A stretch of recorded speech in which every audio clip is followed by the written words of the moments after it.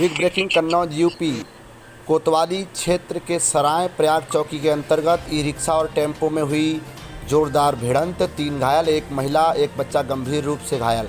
वहीं रिक्शा चालक के दोनों पैर टूट गए एवं एक हाथ टूट गया। टक्कर इतनी जोरदार थी कि टेम्पो में एक महिला व बच्चा बैठा हुआ था, वे दोनों गंभीर रूप से घायल हो गए हैं। रिक्शा चालक अपने गांव से गुरसहायगंज की तरफ जा रहा था। टेम्पो छिबरामऊ से गुरसहायगंज सवारी बैठाकर जा रहा था। स्थानीय लोगों ने एम्बुलेंस की मदद से सौसैया अस्पताल भिजवाया। तिरवा किए गए रेफर, इलाज है जारी। आइए देखते हैं पूरी खबर सहयोगी संवाददाता नीलू कुमार के साथ।